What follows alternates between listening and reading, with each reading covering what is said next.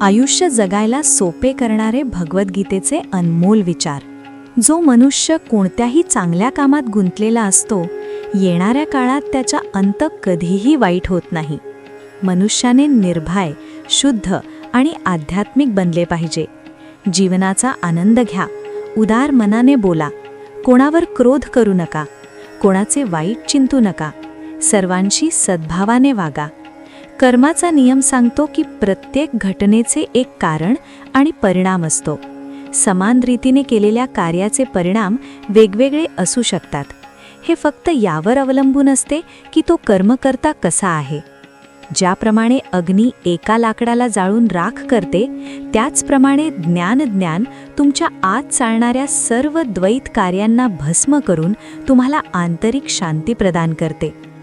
देवावर विश्वास त्या मुलासारखा ठेवा, ज्याला तुम्ही हवेत उडवता तर तो हसतो. तो घाबरत नाही, कारण त्याला माहीत आहे की तुम्ही त्याला पडू देणार नाही. जगात आपल्यासमोर कोणतीही परिस्थिती आली तरी एक काम करा, आपले जीवन वरच्या देवाच्या हवाली करा. या मनुष्य लोकात कर्मांच्या फळाची इच्छा करणारे लोक देवतांची पूजा करतात, कारण त्यांना कर्मांमुळे उत्पन्न होणारे यश लगेच मिळते.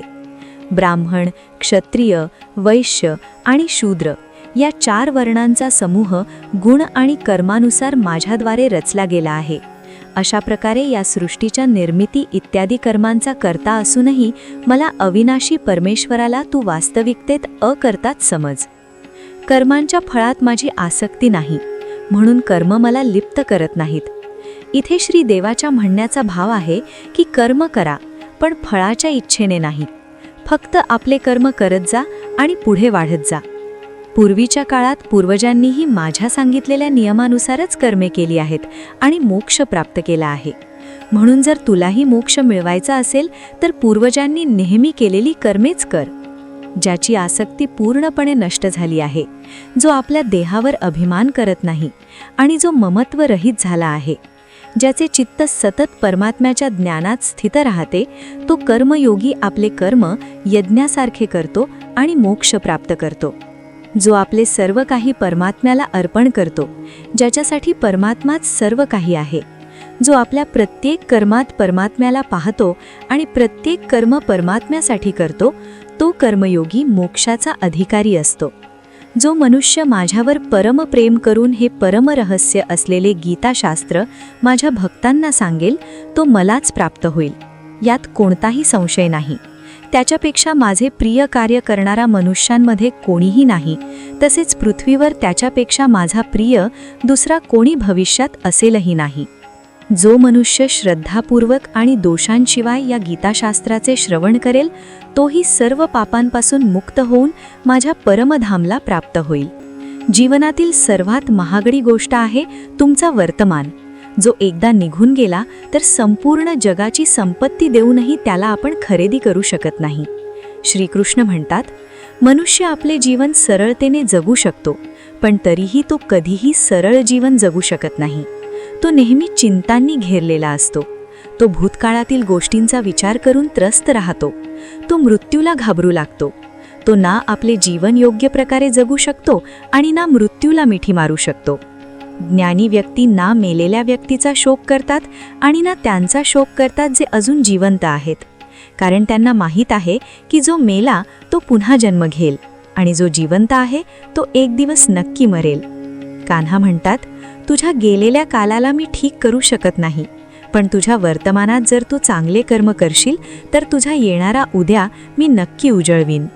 देवाला काही मागितल्यावर नाही मिळाले तर त्याच्यावर नाराज होऊ नकोस, कारण देव ते देत नाही जे तुम्हाला चांगले वाटते, तर तो तेच देतो जे तुमच्यासाठी चांगले असते. ज्याप्रमाणे समुद्राच्या पलीकडे जाण्यासाठी नाव हेच एकमेव साधन आहे, त्याचप्रमाणे स्वर्गासाठी सत्य हीच एकमेव शिडी आहे.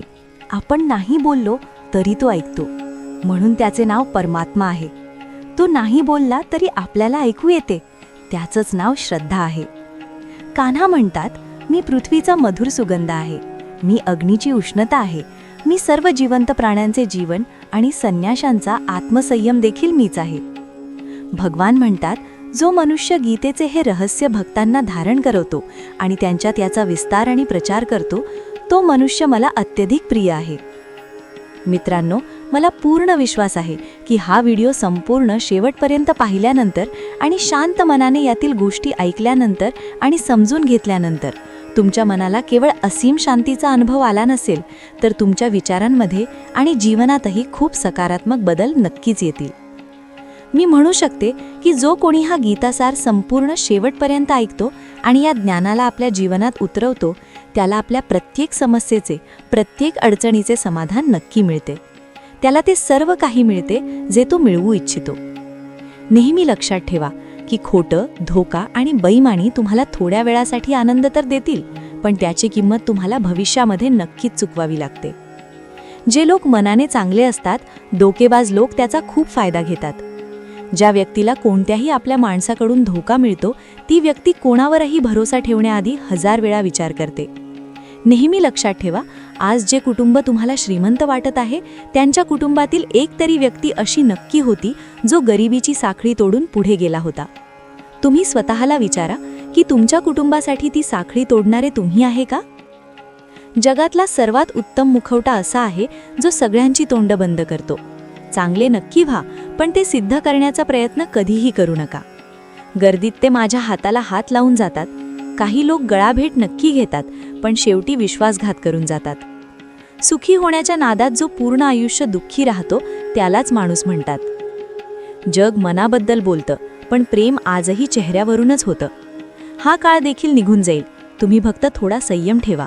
जेव्हा आनंदच टिकला नाही, तर दुःखाची काय किंमत आहे? दुखापत होणं देखील खूप गरजेचे होते, कारण जखमेसारखा दुसरा कोणताही गुरु नसतो. आयुष्य जगण्याची खरी पद्धत फक्त त्यांनाच कळली आहे ज्यांनी आयुष्यात सर्वत्र बदाम नाही तर धोका खाल्ला आहे. तुम्ही बदललात, ती तुमची मजबुरी असेल. आता आम्ही बदलणार, यालाच आमची तत्वे म्हणतात. एका क्षणासाठी मानून घेऊया की नशिबात लिहिलेले निर्णय बदलत नाहीत, पण तुम्ही निर्णय तर घ्या. काय माहीत, नशीबच बदलून जाईल. मूर्खांशी वाद घालणारा माणूस बुद्धिमान असू शकत नाही. मूर्खांना हाताळण्याचा सर्वात चांगला मार्ग म्हणजे त्यांच्याकडे लक्षच देऊ नका. आत्ता कोणाच्याही भावनांची मस्करी करू नका. कोण जाणे कोणतं दुःख घेऊन कोणी जगत असेल. मी तुटलेलो नाही, फक्त थकलो आहे. वाट बघा, मी पहिल्यापेक्षा चांगला होऊन परत येईन. कधीही वेळ घालवण्यासाठी नातं जोडू नका, उलट नात्यासाठी वेळ काढा. आयुष्यात ध्येय तर मिळतातच, पण ती माणसं मिळत नाहीत ज्यांना या मनाने इच्छिलं होतं. जर तुम्हाला नालायक लोकांना ओळखायचं असेल, तर एक गोष्ट लक्षात ठेवा. जेव्हा तुम्ही नालायक लोकांना सन्मान देतात, तेव्हा ती तेवढेच जास्त तुम्हाला त्रास आणि दुःख देतील. काही लोक तुमच्या आयुष्यामध्ये असे असतीलही ज्यांना तुम्ही खूप महत्त्व देता, पण ते सारखे सारखे तुम्हाला त्रास देतात आणि तुम्हाला कमी लेखतात. त्यामुळेच अशा नकारात्मक विचारांच्या लोकांबरोबर तुम्ही कधीही राहिले नाही पाहिजे. स्वतःला समजदार नक्की समजा, पण समोरच्याला मूर्ख समजण्याची चूक करू नका. उत्तममधून सर्वोत्तम तोच झाला आहे ज्याने आपल्या वाईट गोष्टी ऐकल्या आणि सहन केल्या आहेत. तुम्ही ज्याचीही साथ द्याल ती उघडपणे द्या. तुम्ही विरोधी ठरवाल, गद्दार नाही. आजकाल लोक हक्क तर दाखवू इच्छितात, पण नाते निभावू इच्छित नाहीत. ज्यांना प्रयत्न करणं माहीत नाही, त्यांना प्रत्येक समस्या मोठी वाटते. तुम्ही तुमच्या मनामध्ये डोकावून तर पहा. तुम्ही छोट्या छोट्या गोष्टीसाठी खोटं तर बोलत नाही ना, बेईमानी तर करत नाही ना, लोकांना धोका तर देत नाही ना. यामुळे या गोष्टी तुम्हाला थोड्या वेळासाठी मिळतील, पण तुम्ही सगळ्यात महत्त्वाची गोष्ट गमावून बसताल, आणि ती आहे कोणत्याही व्यक्तीचा विश्वास. आणि कोणत्याही एका माणसाचा विश्वास गमावण्याचा अर्थ कोणत्याही एका माणसाचा विश्वास गमावणं नसतं, तर त्यामध्ये येणारे ते हजारो लोक जी त्या व्यक्तीबरोबर कनेक्ट आहेत, त्या सगळ्यांचा विश्वास तुम्ही गमावता. जर तुम्हाला वाटत असेल की तुमचा वेळ खूप जास्त वाया जात आहे आणि तुम्ही वेळेचे नियोजन करू शकत नसाल, तर ही पद्धत वापरा. तुमच्या दिवसाला 3 भागांमध्ये वाटा. सगळ्यात पहिला हिस्सा जो एनर्जेटिक असतो, त्यामुळे त्यामध्ये सगळ्यात महत्त्वाची कामे करा. दुसऱ्या भागामध्ये जी कमी महत्त्वाचे काम आहेत ती कामे संपवा. तिसऱ्या भागामध्ये जी कामं महत्त्वाचे नाहीत, तुम्हाला असं वाटतं की ती नंतर केली तरी चालतील, ती ठेवा. सगळ्यात महत्त्वाची गोष्ट ही आहे की एक दिवस आधी ठरवा कोणती गोष्ट तुमच्यासाठी महत्त्वाची आहे आणि त्या गोष्टीला कोणत्या वेळेमध्ये पूर्ण करायचे. आरसासारखा आरपार आहे, तरीही खूप समजून घेण्याच्या बाहेर आहे.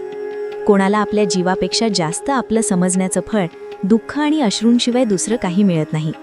त्यांच्यासाठी आपल्या रात्री खराब करणं सोडून द्या, ज्यांना याचीही पर्वा नाही की तुम्ही सकाळी उठाल की नाही. असं का होतं?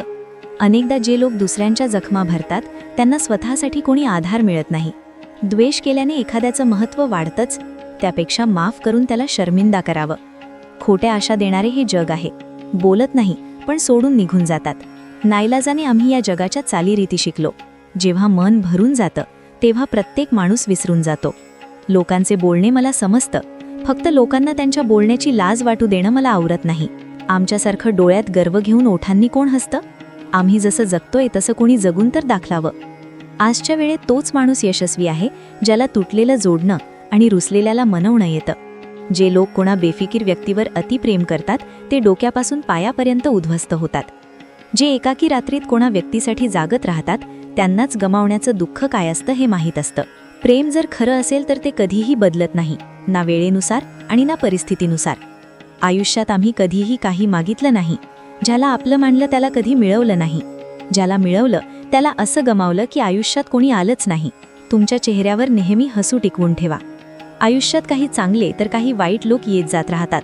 या संपूर्ण जगात सर्वात जास्त ताकदवान व्यक्ती तो आहे जो धोका खाल्ल्यानंतरही लोकांचं भलं करणं सोडत नाही.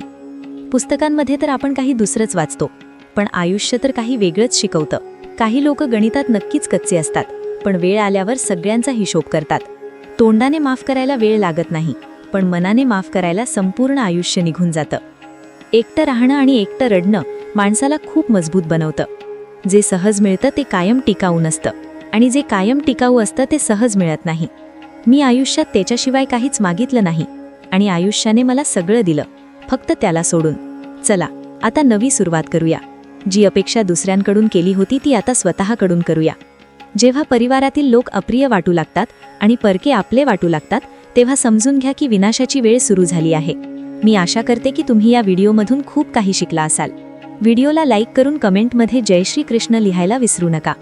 आणि अशाच ज्ञानवर्धक व्हिडिओ मिळवण्यासाठी आमच्या चॅनलला सबस्क्राईब करा. भगवान श्रीकृष्ण तुम्हाला नेहमी प्रसन्न ठेवोत. जय श्रीकृष्ण.